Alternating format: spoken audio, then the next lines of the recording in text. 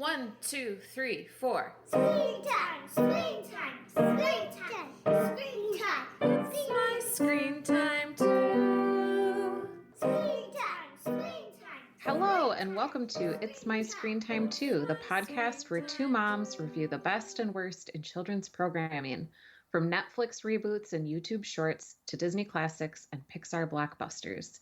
We watch, you listen. Find out what you can tolerate watching for family movie night, what to avoid altogether, and what you'll want to watch alone voluntarily. I'm Deborah. And I'm Katie. And I have 3 kids. Tony is 10 and Libby and Nate are 7. And I have 2 kids. Jay is 4 and Kenny is 1. They are pretty stinking adorable. And for every episode, we like to tell a quick story about how awesome or occasionally awful our kids are. Because in addition to being witty and incisive pop culture consumers, we're moms too. So Deborah, what have your kids been up to this week? I bought a kickball Ooh. to add to our backyard fun options. Mhm. And so we've been playing Foursquare, which is surprisingly a fun game. I remember just hating it when I was in elementary school because I was always out Oh no. and always at the end of the line, and I never moved up once I got in the square. But now that I'm an adult and my kids aren't very good, I'm really enjoying myself. Awesome. Perks of being a grown-up for sure. And they've been good sports. Like, it's a new game, so they're into it so far.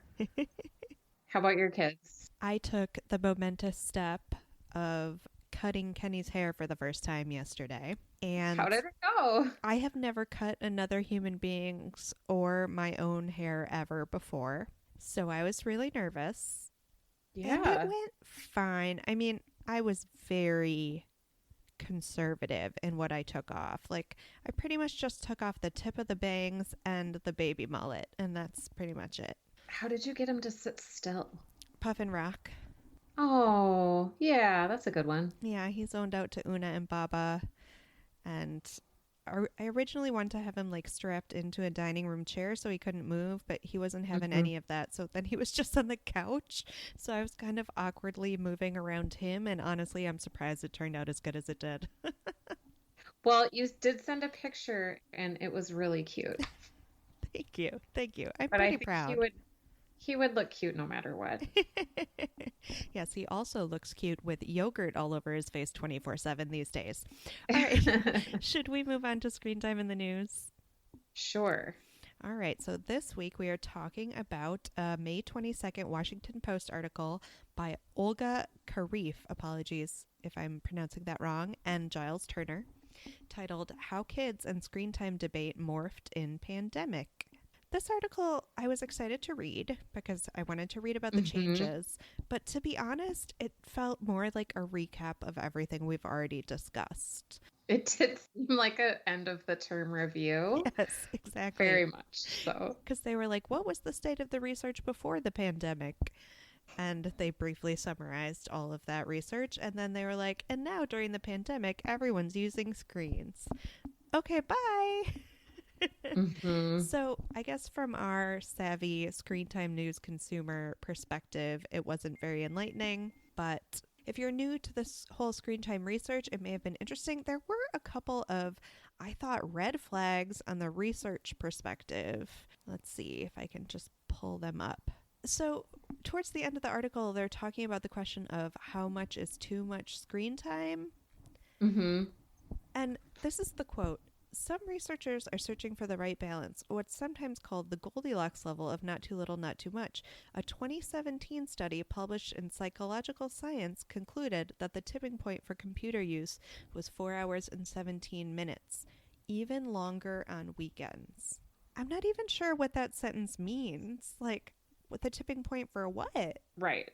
I underlined that same sentence, that group of sentences, because I found it not enough information for what they were trying to say. And it also doesn't specify like what age range or what the content is. Yeah. I'm curious. I would like to see this study, actually, because How did they come up with 4 hours and 17 minutes? I'm sure it says in the study, but this article didn't do a great job of explaining any of it. The other slightly better explained, but still baffling statistics to me, given all the talk we've done about this, was earlier in the article. There was a passage that talked about how even before stay-at-home orders, that 8 to 12-year-olds were spending about 5 hours a day online, excluding school or homework. That's so much time. That seems like a lot. 5 hours. Mm-hmm. And then teens were spending 7.5 hours excluding school or homework online. Mm-hmm. Like, they're at school for how many hours a day? 7? Yeah. Plus 7.5 hours of non-school related on-screen time. That's 14.5 hours. Plus, let's say 8 hours of sleep. That gives them like, I'm very bad at math. Like 2 hours of time to be doing other things. Right. It's not enough. I don't know. They seemed like weird statistics. And as much as we appreciate common sense media, I wonder if that information was taken out of context by the authors. Yeah. I thought that the references to Socrates, too, were kind of weird at the beginning and the end of the article. Well, it was an okay, like, overview of the research done up until now, but I didn't really learn anything great. Yeah, if you've been living under a rock or not able to read a lot of news recently, which doesn't make sense because what are we all doing right now except reading news? But, you know, whatever, Washington Post, you've got bigger fish to fry right now. All right, shall we move on to, do we have any follow-up from our last episode? Have you watched any more new digital releases? I don't think so. Like, what's come out? Scoob? Mm-hmm. I'm not super interested in paying to see that. Yeah. Have you and we haven't watched any like new release adult stuff either. Mm-hmm. Have you watched anything new? We watched Scoob, and by that I mean I was in the kitchen doing something else while Kevin and the boys watched Scoob. So I like saw it out of the corner of my eye.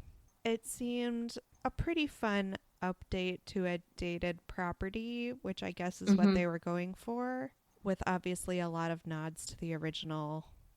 I honestly don't see what appeal there is to the franchise for a kid unless they've been watching like old Scooby-Doo cartoons. And they probably haven't. Like, I loved that cartoon, and by loved I think I just watched it a lot. And I think it's probably not very, probably doesn't hold up very well. I think we've talked a little bit about introducing kids to the concept of being scared in like a ultimately non-threatening way. I think Scooby-Doo could probably contribute to that conversation. That's true. Yeah. I don't think the boys cared for it one way or the other. We will probably not be watching it again. Speaking of old programs from our youth, my kids have been reading these ebooks from some school database, and they're like Smurf graphic novels. Oh, wow. And there's a lot of them, and so they've read a lot of Smurf content. They've seen like the newer Smurf movie that was out, I don't know, within the last 5 years or so. But then Tony was asking if he could watch the original Smurfs. Wow. What did you say? I said, sure, they're on Amazon Prime. Let's do it this weekend. I don't know what to expect. I think there's just the one lady Smurf. I know. You're going to have some conversations about gender roles. Yeah. But I was feeling like nostalgic for the theme song of all things.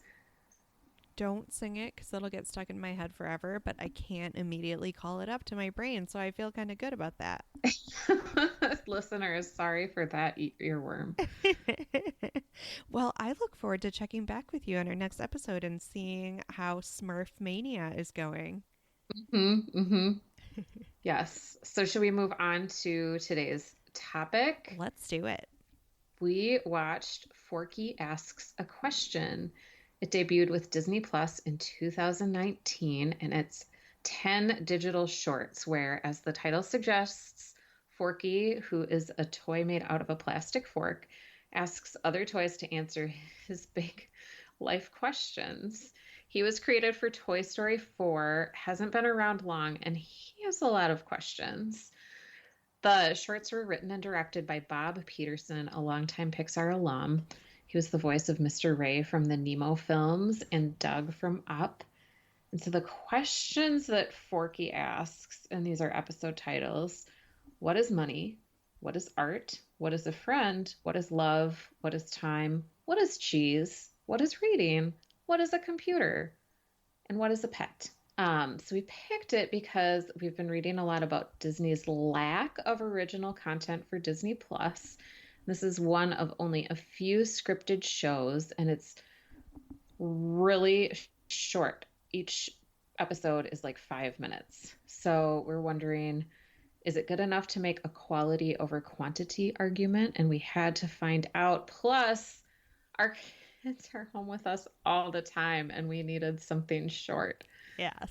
Because we're short on time. So we watched What is Time?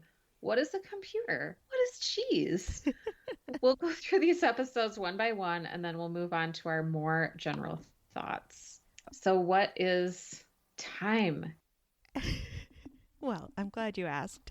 I should preface this by saying that I watched these fairly recently and I didn't take any notes. So let me see if I can cobble together a one-sentence summary of what is time. Okay. Forky asks, it's been so long since I've watched the Toy Story franchise. Is the Rex. T-Rex? His name is just Rex. Okay. Mm-hmm. So Forky asks Rex, what is time? What time is, and Rex tries to explain it, but Forky just gets really confused and ends up saying something mildly profound about how he doesn't care about the past or the future and he just wants to live in the present because he gets to hang out with Rex, and they end up playing dinosaur games. Mm-hmm. Did that cover it? Yes. I was mostly just pleased to hear the voice of Wallace Shawn. Yeah. He has been a delightful character in my life since seeing Princess Bride at probably a too young age. So that definitely made me happiest about this episode. I did not really know who Forky was because, full disclosure, I've never seen Toy Story 4. Same. I heard it was really good, but we haven't watched it yet. Here's my hesitation. Because, you know, we watch Scoob. It's not like we have discerning tastes over here in our households. Mm-hmm. The essence of Forky as a character is that he's made from trash and he's not really sure he wants to exist as a toy. And that just seemed like too much for me to bear as a question. Like, I can't move forward with that as a concept and get excited about seeing this movie. Is that the whole premise of Toy Story 4? No, I think it's also maybe Woody realizing that he wants a life beyond being a one-child toy. That's a really, like, existential. Yeah. I have a hang-up about watching Toy Story 4 because I've only seen the first Toy Story. Oh, wow. And yeah, it's like when everybody's super into a TV program that's like in its third season, and I just feel defeated. How can I can't put in that kind of time. Yeah. To get to Toy Story 4, I feel like I have to rewatch the first one because it's been I saw it before I had kids, I think. Mm-hmm. And then 2 others. And only having seen 1, 2, and 3, I can tell you that moving forward, they only get more what's the word I'm looking for? Insightful into it. They only get more insightful as to the meaning of life and your feelings and what it means to be a human. They get more and more heartbreaking as they go on. And I just don't know. Like The Giving Tree?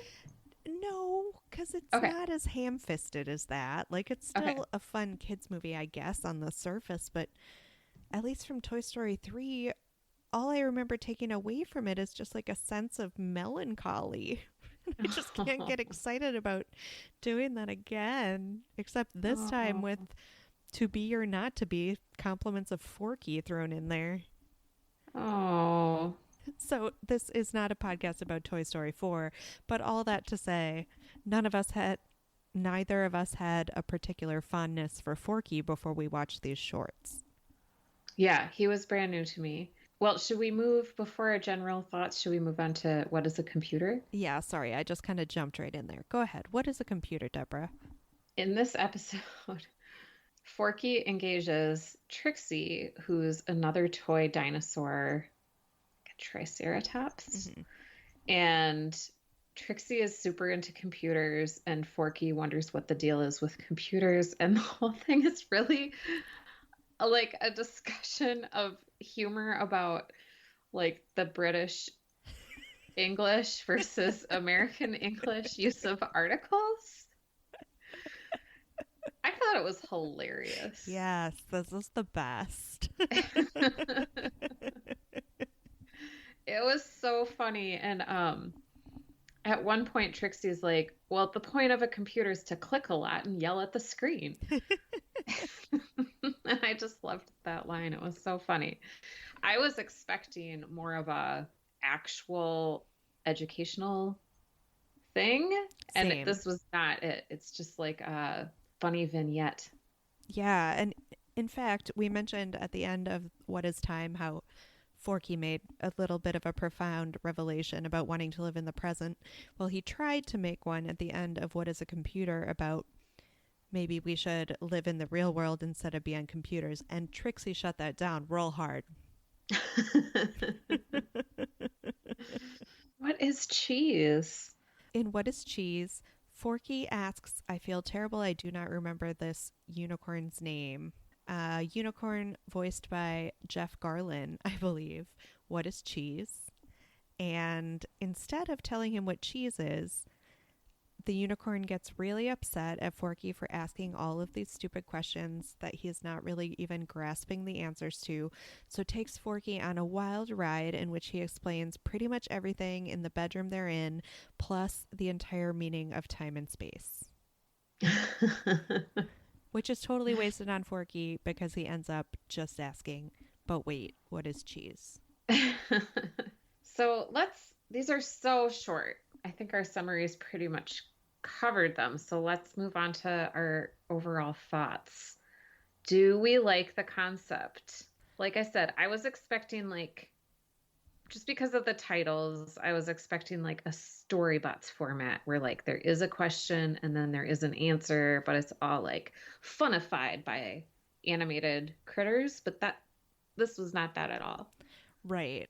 And like I was saying with the Toy Story franchise in general, I almost felt like it was maybe more for the parents because it felt a lot like the quote unquote adult toys in the shorts were dealing with Forky like we as parents often have to deal with kids' impossible, relentless questions. Mm-hmm. Mm-hmm. To be fair, none of the toys ever just like threw up their hands and said, I don't know. That's fair. I thought it was really made more for adults than for kids because I thought the humor was pretty, I don't know, abstract. Mm-hmm.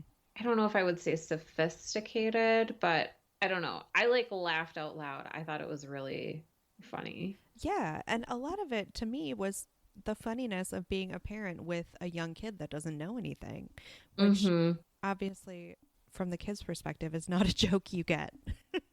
Did you like Forky? I know you didn't see him in Toy Story 4, but did you like him as a character? I mean, as a person who is a huge nerd and legitimately likes learning things, he drove me bonkers. So no, I guess I would not like to spend any time with Forky. How about you? I thought he was like annoying in the way that when you buy your kid like an expensive toy that you're really looking forward to them loving and playing with, and then they like the box more than that. Uh-huh. Because he's just like a plastic fork with like a pipe cleaner for arms and like, I don't know, a popsicle stick for feet. Did you find yourself wondering how his arms maintained their shape? Like, he was And they kept definitely. sliding down too. Yes, they slid down his body, but they kept their fundamental hand shape even as he, like, touched other things, when in reality they would just smush.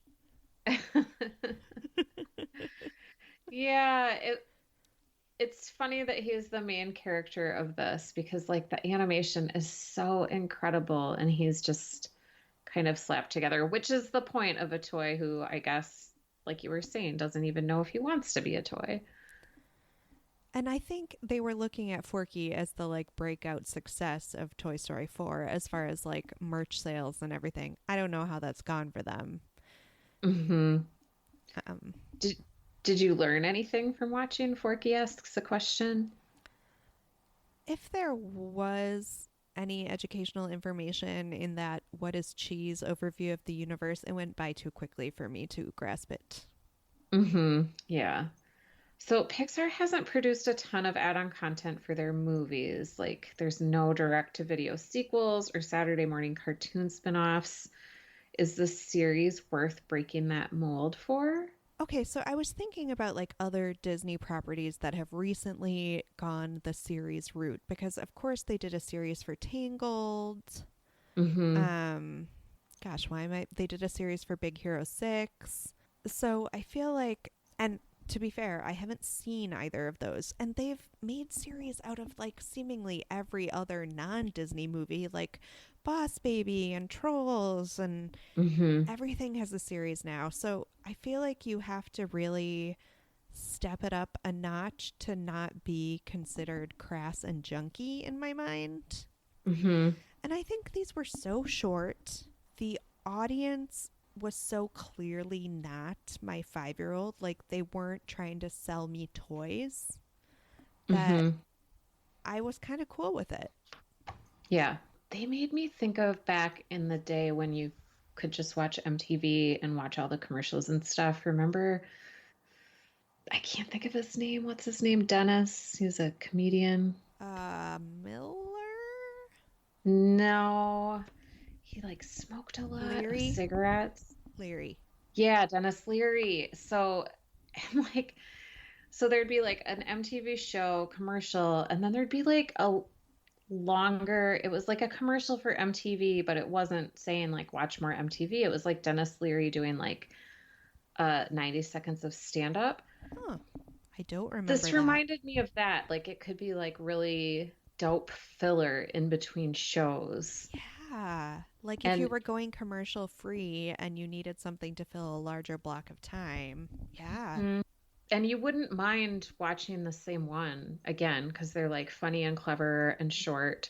That's what it seemed perfect for. Like not something that you would draw up on the streaming service to watch Yeah. intentionally, but they would be great if you came across them serendipitously. Yeah, that makes me curious. I wonder how the numbers have looked, as far as, because you do have to search for it. Hmm. Maybe at first it came up on the front page, but you do have to do some Yep. You do have to do some searching for it now. Hmm. So, what did you think of the cast? You mentioned Wallace Shawn, who's delightful. Did anybody else stand out? Yeah, the voice of Trixie is Kristen Schaal, who does great voice work. Hmm. I do enjoy Tony Hale's voice as Forky as well. I mean, I thought all the voice work was great. Hmm. Yeah, Kristen Schaal also, she had like a story time on hashtag Disney Magic Oh, Moments. did she? What did she Uh-huh. read? Something Toy I don't Story know, I haven't related. watched it yet, but she's funny. Remember her from the one with the two singers from the Kiwis? Yes, Flight of the Yes. Conchords. She was their only fan, and she was super creepy. Oh, so how about the animation? I mean, What did beautiful as usual. Like, Pixar Mhm. did not make it like they were making a television series, to me, its quality was just as good as I would expect from a movie. I thought like, oh, the scene with the stuffed unicorn. It's just so beautiful the way they do the plush. Uh-huh. It just looks so great. Well, I guess they've And done then 4 toy movies now. They know how to do toys. yeah, they're really good at it. And like just like the sound of the toys sliding on the wood floor was really good. Ugh, I Yeah. don't know.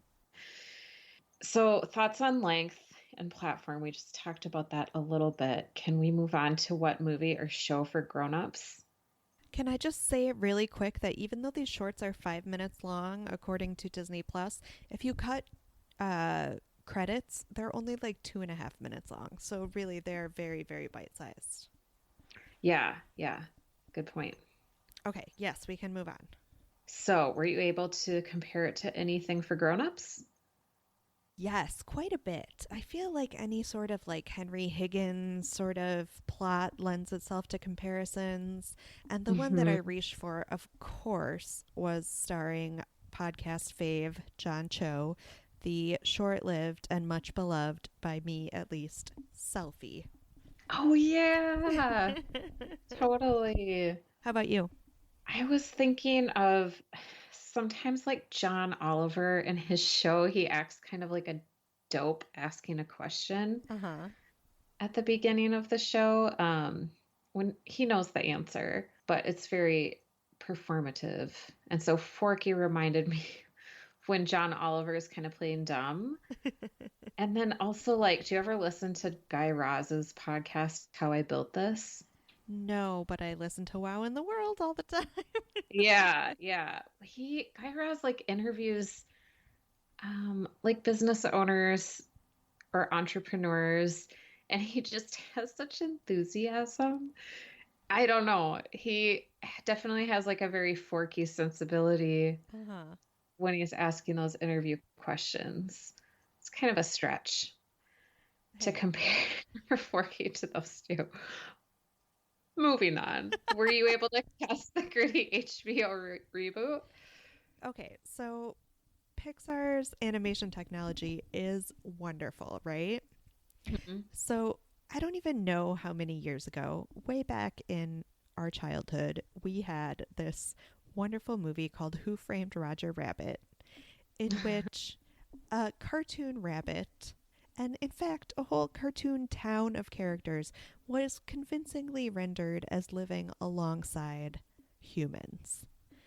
Imagine how much better Pixar could make that look now, Hmm. and imagine how great it would be if Forky starred alongside Denzel Washington in Training Day. That's really good. Thank you. How about you? I couldn't move past the shortness sketch comedy length of these, Mm-hmm. so I just did a lazy Keenan Thompson, Kate McKinnon would be good playing Forky and a stuffed animal. Yeah. And this just came to me. Remember Mad TV was a Yes. sketch comedy show? Of course Did I you do. do you remember the character Stuart and Stuart's mom? Vaguely, maybe. Okay. Forky kind of reminded me of Stuart also.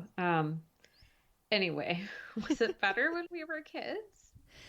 Um, I don't think. I mean, I guess I watched a lot of the really old like Disney shorts, like the classic Merry Hmm. Melodies and also the Looney Tunes equivalent Silly Symphonies. And those are great and they have their place. This is a Hmm. very different animal that I think is probably more entertaining for a grown up than the Hmm. Merry Melodies were for my parents, certainly. What do you think? In some ways, I think it was better to have that just watching live television Mm-hmm. and seeing what came on instead of being able to just call up whatever you want on any streaming device. So I'm going to say maybe it was better when we were kids because I think this is going to get overlooked. I don't think Agreed. anyone's even going to watch it. I really think animated shorts in particular, if they're going to be on a streaming platform, are really well served to being bundled in like a Mm-hmm. short collection. I don't know why I feel this way. I think it has something to do with what you were saying about just taking what comes. But I think really the likelihood of going to a streaming platform and selecting short form content, if that's not the streaming platform you're talking about, like we're not talking about Quibi or whatever, Mm-hmm. it's just probably rare that someone is going to go there and be like, oh, I want a 2-minute video from this. Unless maybe you're looking for a video that's perfectly timing the length of time you should brush your teeth Disney or Magic wash Timer. your hands. That's awesome, Deborah. That's such a good idea. Brush your teeth for one Forky. That is really great. I did not think of that, but that's very clever. It would be more fun to watch this than sing happy birthday twice Yeah, you're right. when you come home from the grocery store.